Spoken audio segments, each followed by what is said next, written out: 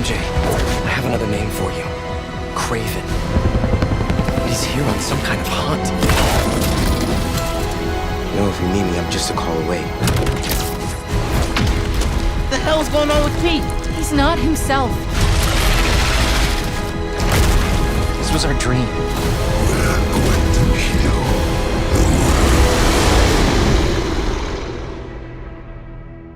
kill. PlayStation. We've got a lot to talk about. So first, Bryan, my first question for you is, where do we find Peter, MJ, Harry, and Miles at the beginning of Marvel Spider-Man 2 now that we're in the third installment of the franchise? Well, you could find us all in the back being late to the panel because we were watching the story trailer as you guys were all watching it backstage. True, That's first true. off. So, yeah, I think what's really great about this game is that we're going to pick up roughly 9 to 10 months after the events of Miles Morales, which, if you haven't played it, it's an amazing video game by a talented team. And what's really great is we kind of have Pete and Miles. They're a well-oiled machine. They're a great team. They lean on each other. They really support each other, and they're really protecting the city. But at the same time, there's a lot of things going on in their life outside the mask. Miles is applying to college and trying to figure out how to write his college essay.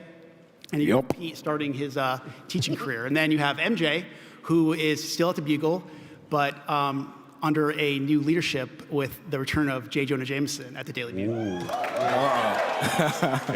All right, and then Bill, so my next question is for you. So can you talk about the dynamic of these characters and how working with Insomniac, they're keeping the authenticity of the DNA of the core of these characters while still making it their own? Together, working all together, we're all one team. We all love the characters. Our goal is to make something that you love, that when you play it, you say, this was made by fans for fans. Oh, yeah. And John, my next question is for you. With the new villains that we've seen in this game, confirmed villains with Craven, Venom, and Lizard, can you talk narratively why you felt those choices for those villains were important? For us, it really started with Craven. He's our catalyst for the story, right? Like before the game starts, he's halfway around the world being Craven, hunting, trying to find the ultimate prey. And he watched from afar as the events of the first two games occurred. And he decided, you know what? There's a lot of stuff going on in New York City. That might be my new hunting ground. So, like I said, Craven's a catalyst for everything happening. When he comes to New York City, a lot of things start going wrong. We have Lizard coming out. We have the symbiote coming out. And as you saw briefly in that trailer, Miles is forced to come face to face with the Mr. Negative, the guy who killed his dad. So there's a lot of drama that's happening in this game.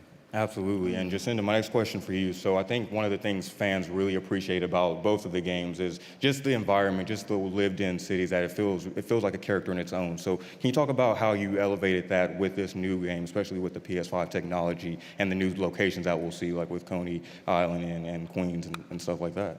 Totally, yeah. We're super excited to finally be able to bring Brooklyn and Queens to our fans.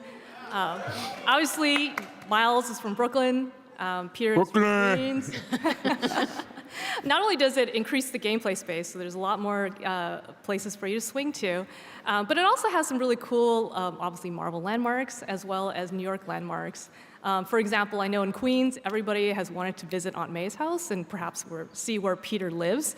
I know a lot of fans had wanted to interact with that space, so just being able to walk in and see where he lives is incredible. Oh, and there's a picture of Aunt May's house. The other thing that's really cool is it's introducing a lot of cool landmarks like the East River. So as you could see in our gameplay trailer that we produced a while back, you can now chase the lizards on the East River, which is awesome.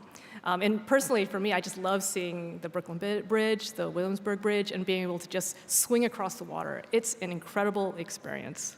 And Ryan, my next question for you, just following up with the new locations, can you talk about how the new traversal techniques that we are implementing in this game affected your approach to this and how you elevated it? Sure. I mean, one of the interesting things with Brooklyn and Queens is you're not always surrounded by skyscrapers anymore. And so we thought, what's a really great opportunity? Something we've seen on comic book covers, we've seen it in the movies, we can add the web wings.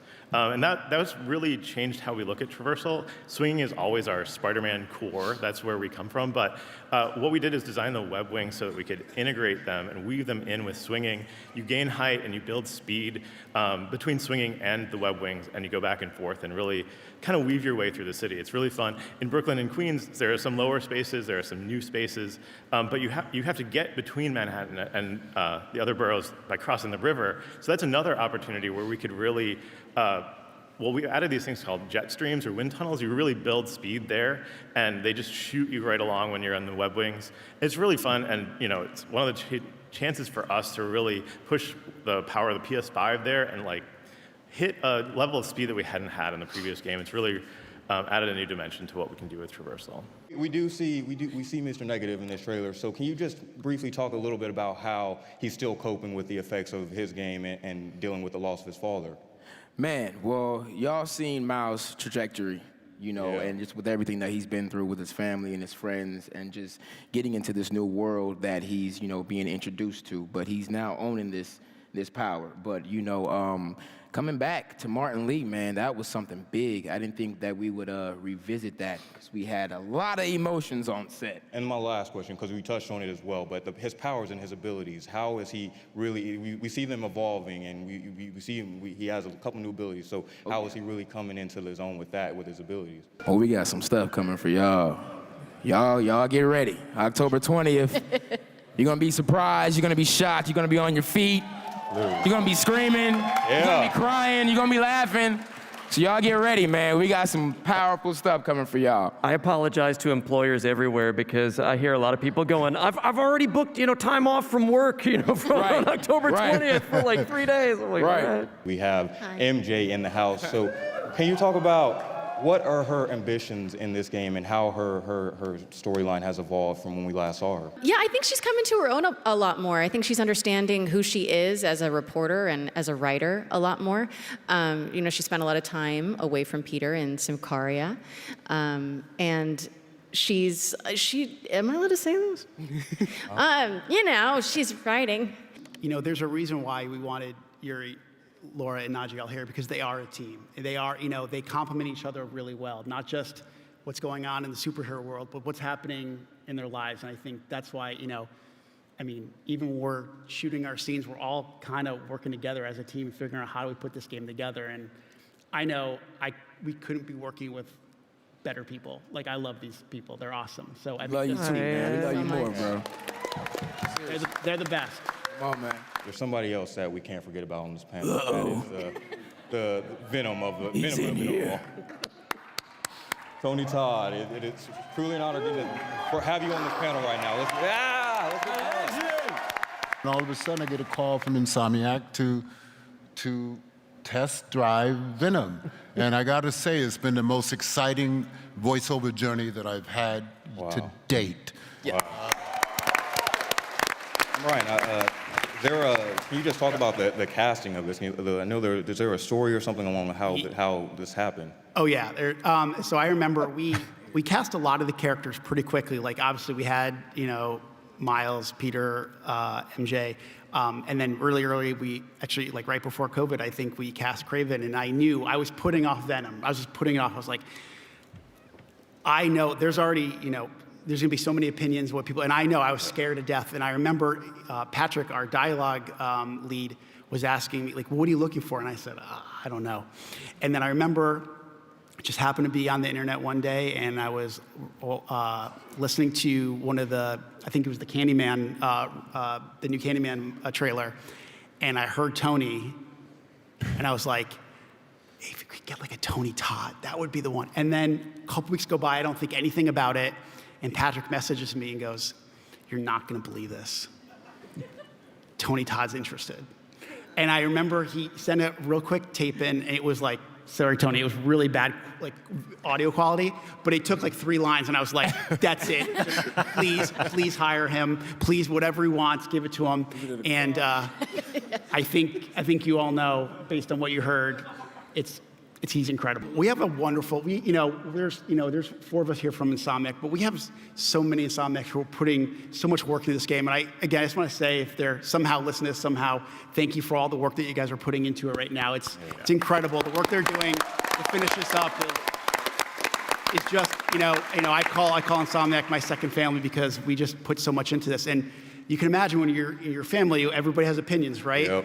And I think it's probably the only decision I've ever made being a creative director in 10 years where I just said, Tony Todd is going to be Venom, and everybody said yes. So, Can you just talk a little bit about Venom's motivations and his personality in this, and why is he so important to the narrative of this game? Well, yeah, I mean, Venom is a symbiote, right? And I think the thing that a lot of symbiote stories have in common, and the reason why I think we connect with them really well, is that it's a simple human story. We all have a darkness inside of us.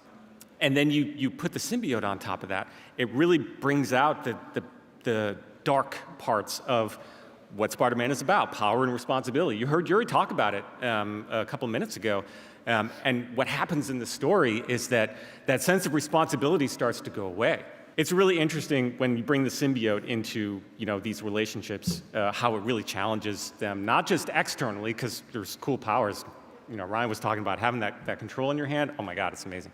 But the people you love around you. Tony, I'm coming back to you. Can you talk about your approach to bringing the voice of it to life and how you approached it? For me, Venom was fun to do, and I wanted to make sure that there was a joyous quality in his destruction. I'm glad it was fun for you because it scared the hell out of us. Always fun to me. Yeah, it'd be funny when we were in the recording booth because we would record separately when we were doing gameplay dialogue, and every once in a while, Tony, you would come and play in our headphones before a line, and it was like, oh God. I wouldn't expect it, and it was terrifying. And Bryan, I'll come back to you real quick. What was that like when you heard Tony voice his lines for the first time officially, and what was your initial reaction? Well, first relief, because I was like, okay, we made the right choice for sure. And I think then just general excitement. And I think Tony is so talented that, sometimes depending on, we have so many different characters or so many different actors, sometimes we're, depending on what the role calls for, are we going to, adjust the way that they do the line, and you just let Tony be Tony and you get magic. It was like a gift come true to be able to cement myself in the whole voiceover family and world and meet new friends and conquests, and I'm still pinching myself because I'm a gamer, and I'm telling you, I can't wait for this monumental masterpiece to drop. That's right. Sizzle. I'd be remiss if I didn't ask you, can you do the iconic "We Are Venom" line for everybody in the crowd? Bring us all out. Which do you want? No, okay. We are Venom.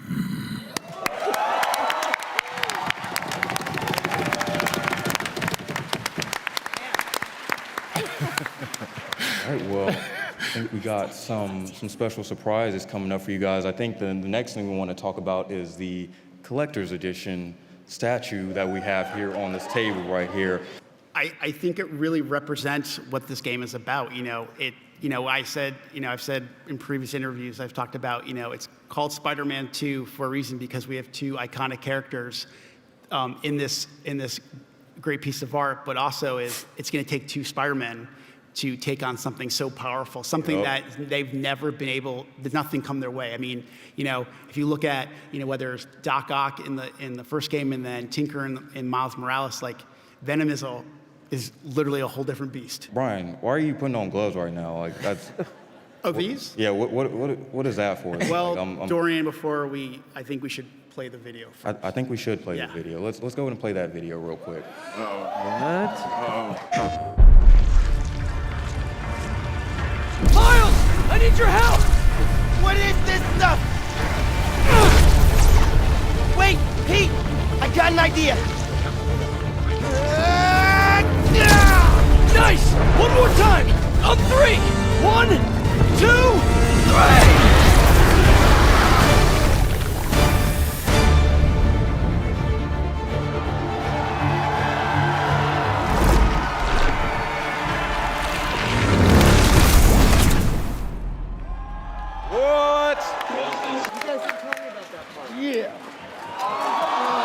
The beautiful Spider-Man 2 PlayStation 5. Oh my God. Wow. Wow. I didn't know about that. I didn't know. They didn't show me that before we came out No, they here didn't tell us that. today. They No, did that was- not. Yeah. Now I have to Y'all get a knew what new y'all were PS5. doing. Secrets, you guys. They knew what they were doing. Wow. All right, well, there we go. Like Marvel, so they keep everything so tight-lipped. I found out about this 5 minutes before we came out here. That's how serious they are. So, Bryan, can you speak to this epic, amazing, beautifuln's right here? This has been one of the biggest secrets throughout the entire development of the game, that we were going to have the console and the DualShock. So I know we're pretty pumped. I mean, I think, we talk about the symbiote playing a big role. Obviously, it plays a big role here in the design of the console, and we thank PlayStation for going above and beyond with the design of it. I know Jacinda worked really closely with everybody on the design of it, and I'm pretty pumped, man. All in all, that being said, I want to say thank you again to this incredible panel. Thank you guys so much for all your hard work.